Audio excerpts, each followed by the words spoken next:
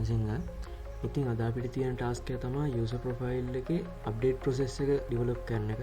ඉතින් මේක කොහොමද කරන්න කියලා අපි දැන් බලමු.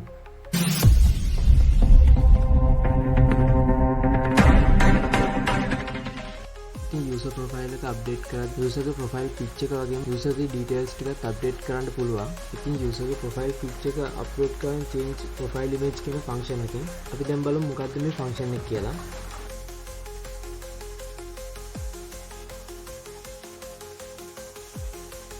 අපේ change profile image කියන ෆන්ක්ෂන් එකෙන් අපි අප්ලෝඩ් කරපු image එක අරගෙන අපේ ප්‍රොෆයිල් එකේ image එක විදිහට ඩිස්ප්ලේ කරනවා. ඉතින් මේ කරපු change එක save කරොත් විතරයි අපේ ප්‍රොෆයිල් image එකක් save වෙන්නේ.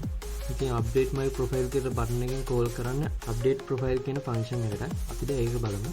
update profile ෆන්ක්ෂන් එකෙන් තමයි අපි image එකේ ඉඳන් save කරන්නේ. ඉතින් මේ ෆන්ක්ෂන් එක ඇතුළේ අපි එකටම අපේ inputs ටික variables වලට assign කරලා තියෙනවා. අලුත් form data එකක් හදලා ඒකට inputs වල values ටික append කරලා තියෙනවා. ඊට පස්සේ මේ data ටික user profile update process කියන PHP file එකට යවලා තියෙනවා. ඉතින් user profile update process කියන PHP file එකේ update කියලා හරි saved කියලා හරි echo වුණොත් එහෙම changes successful කියලා alert කරලා window එක load කරන්න කියලා තියෙනවා. ඊළඟට අපි යමු user profile update process file එකට.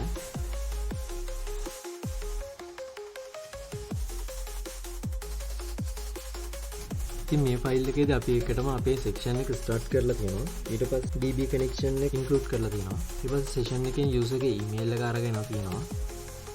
ඊට පස්සේ අපේ JavaScript එකෙන් එවන data ටික variable වලට assign කරගෙන තියෙනවා. ඊට පස්සේ අපි user email කියලා assign කරගත්ත email එකට අදාළ data එකක් අපේ database එකේ තියෙනවා කියලා search කරලා තියෙනවා. ඒ email එකට අදාළව data එකක් තියෙනවා නම් විතරක් user ගේ data ටික update වෙන්න කියලා දාලා තියෙනවා. ඉතින් මෙතනදී මේ table තුනක් update වෙනවා. පළවෙනිටම user table එක, ඊට පස්සේ user has address කියන table එක, profile image කියන table එක. ඉතින් මෙතනදී අපි user has address කියන table එක ගත්තාම user කලින්ම address එකක් දාලා වෙනස් කරා නම් ඒ ඇඩ්‍රස් එක අප්ඩේට් වෙන්න කියලා දාලා තියෙනවා. එහෙම නැතුව යූසර් පළවෙනි පාරට ඇඩ්‍රස් එකක් ඇඩ් කරනවා නම් ඒක ඉන්සර්ට් වෙන්න කියලා දාලා තියෙනවා. ඉතින් මෙතන ප්‍රොෆයිල් පිච් එක අප්ලෝඩ් කරද්දී අපි මෙතන ෆයිල් එකට වැලිඩේෂන්ස් වගේ දාලා තියෙනවා. අපේ ඉමේජ් එකේ ටයිප් එක අනිවාර්යෙන් JPG, PNG එහෙම නැත්නම් SVG හරි XML එකක් හරි වෙන්න ඕනේ. එහෙම නැත්නම් ඉමේජ් එක අප්ලෝඩ් කරන්න දෙන්නේ නැහැ. ඉතින් අපි ප්‍රොෆයිල් පිච් එකේදී unique key එකක් ජෙනරේට් කරලා ෆයිල් එක rename කරන්න පාවිච්චි කරලා තියෙනවා. එහෙම unique key එකක් දාලා තියෙන්නේ යූසර්ස්ලා දෙන්නෙක්ගේ ප්‍රොෆයිල් පිච් එකේ name එක සමාන වෙන්න බැරි හින්දා යූසර් පළවෙනි පාර